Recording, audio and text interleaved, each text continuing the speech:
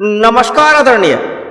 जीवन में किसी भी चीज को जानना अर्थात अर्ध सत्य है और समझना अर्थात पूर्ण सत्य है। चाहे वो शिक्षा हो या अध्यात्म या हमारा स्वयं का जीवन, हम इसे जानते तो सब लोग हैं, लेकिन इसे समझने का प्रयास बहुत कम लोग करते हैं।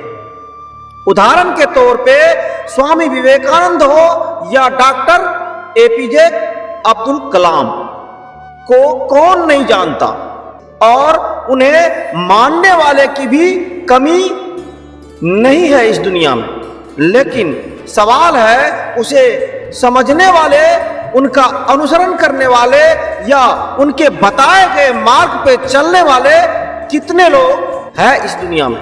उदाहरण के तौर पे एक छात्र फिजिक्स अर्थात भौतिक शास्त्र का पढ़ाई कर रहा है और मान लिया आज उन्होंने एस्केप वेलोसिटी अर्थात पलायन वेग के फार्मूला के बारे में पढ़ा और जाना कि वह न्यूनतम वेग जिससे किसी वस्तु को उस ग्रह या पिंड के गुरुत्वाकर्षण बल के क्षेत्र से पार करने के लिए जो वेग चाहिए उस वेग को एस्केप वेलोसिटी अर्थात पलायन वेग कहते हैं।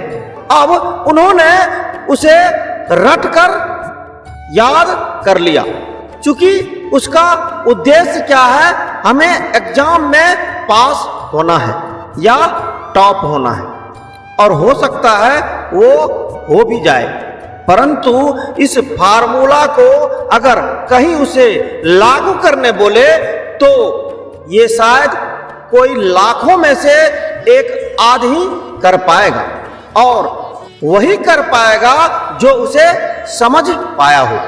रटा हुआ चीज कभी भी व्यक्ति भूल सकता है, परंतु समझा हुआ चीज व्यक्ति कभी भी भूलता नहीं है। समझने की प्रक्रिया में जिसका भरपूर योगदान होता है वह है विवेक या बुद्धि, जो कि होती तो सभी मनुष्य के पास है, किंतु स्तर या मात्रा में भिन्नता होती है। बुद्धि के स्तर में अंतर होने का मुख्य कारण संकुचित सोच होता है, और यही कारण है कि इस संसार में सफल लोगों की संख्या बहुत कम है। सोच से कल्पना बनती है और कल्पना से उद्देश्य और उद्देश्य से कर्म का निर्धारण, और यही तक मनुष्य के अधिकार क्षेत्र में आता है। और हमारा उद्देश्य परीक्षा में पास होने के लिए पढ़ाई करने तक सीमित है या जीवन के परीक्षा में पास करना है, तो हमारी पढ़ाई का तैयारी भी उसी लेवल पे चालू हो जाएगा। कहने का भावार्थ है इस दुनिया में हर व्यक्ति विशिष्ट है और एक दूसरे से भिन्न है। आप अभी तक जितने भी आदमी देखे होंगे सभी का चेहरा और बोलचाल अलग पाए होंगे।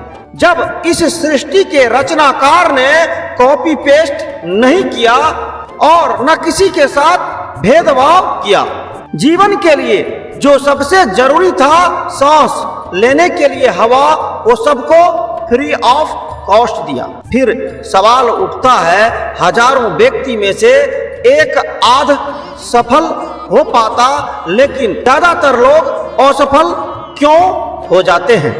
इसका मुख्य कारण क्या है? और जिसने जीवन के शुरुआती दौर में ही इस सवाल का जवाब ढूंढना चालू कर दिया, फिर क्या? हर व्यक्ति के अंदर कुछ न कुछ विशिष्ट गुण होता है, जरूरत है उसे पहचानने की, और ये खुद को समझे बिना संभव नहीं है। और खुद को समझने के लिए अनेकों फार्मूला है जिसे लगभग सभी लोग जानते हैं, लेकिन यही भूल यहाँ भी हो रही है। जानते तो हम बहुत कुछ हैं, लेकिन समझने का प्रयास नहीं करते। इसलिए हजार फार्मूला सुनने और जानने से व्यक्ति भटक सकता है। इससे अच्छा किसी एक फार्मूला को चुनकर उसे समझकर अपने जीवन में इम्प्लीमेंट करने का प्रयास करना ही सार्थक जीवन का लक्ष्य होता है। सबसे पहला, जीवन में समय बहुत कम है और बिना संघर्ष का जीवन संभव नहीं है।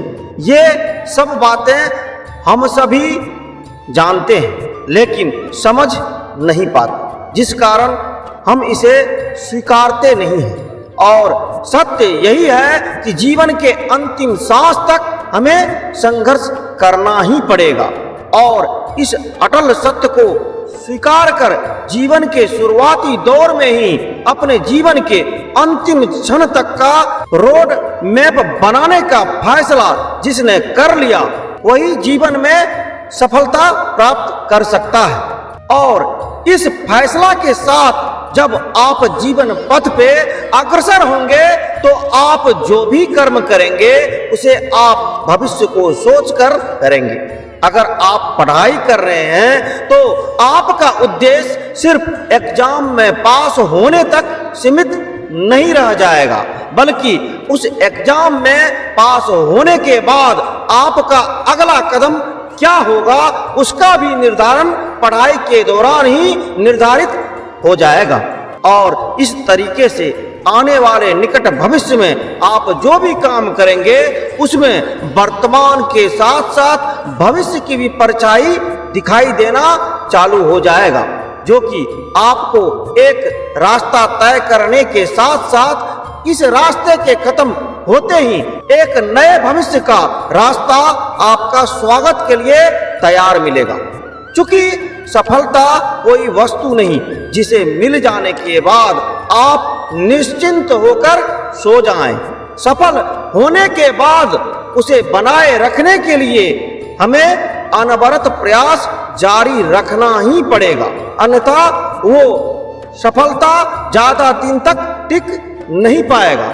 इसलिए एक ही फार्मूला याद करने में शायद फायदा है, जब तक जीवन है तब तक संघर्ष है और इसे समय रहते समझ लेना जरूरी है, नहीं तो मजबूरी में स्वीकारना तो सबको पड़ता ही है। फिर उस समय पश्चाताप के सिवा कुछ भी हाथ नहीं लगेगा।